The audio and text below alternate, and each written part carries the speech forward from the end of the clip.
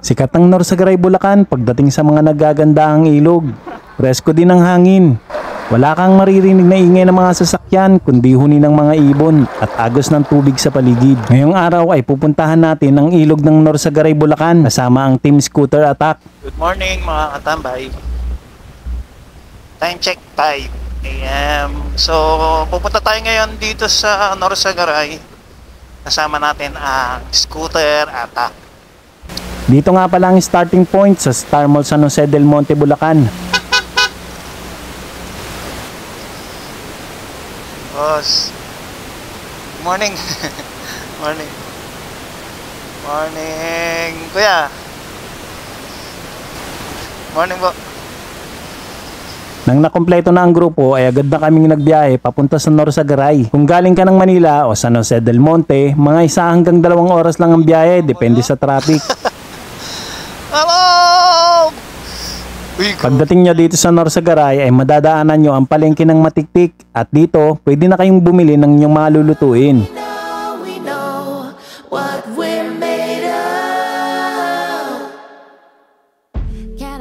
After nga naming mamili ay agad na kaming tumuloy papunta sa Norsagaray River. Dito madadaanan nyo ang Coral Elementary School papunta sa Barangay Baraca. Medyo rough road ang daan pero kayang-kaya ito ng mga motor nyo. Taas ba? Taas?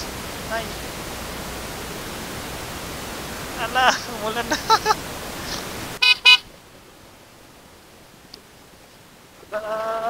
Tarik. Ha? Ala! Along the way ay may madadaanan kayo mga lokal na naniningil ng 20 pesos para sa kanilang private road. Sige, okay na, 20.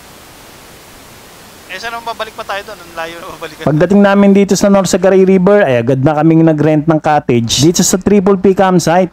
70 pesos per head ang kanilang entrance fee. Mandatory din ang pagsuot ng life vest para safe ka pag naliligo sa ilog. Ang Norsagaray River ay kilala sa malinaw na tubig, rock formations at mga spot na pwedeng liguan. Hanggang ngayon nananatiling mahalaga ang ilog dahil nagbibigay ito ng tubig para sa agrikultura at kabuhayan ng mga lokal. Matatagpuan ang Norsagaray River sa bayan ng Norsagaray, Bulacan na dating kilala bilang partido nung panahon ng Kastila.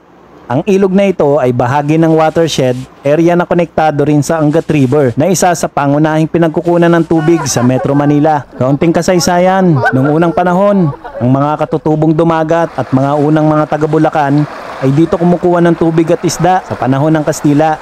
Naging ruta rin ito ng mga manggagawa at magsasaka mula Sierra Madre papunta sa mas mababang bayan. Kung plano nyong pumunta, magandang magdala ng baon at ekstrang damit at syempre huwag mag-iwan ng basura. Sulit ang day tour dito sa Norsagaray River. Kung gusto nyo rin makatakas sa init at stress, perfect ang lugar na ito. Hanggang dito na lang po mga katambay. Ako po yung dakilang tambiyero.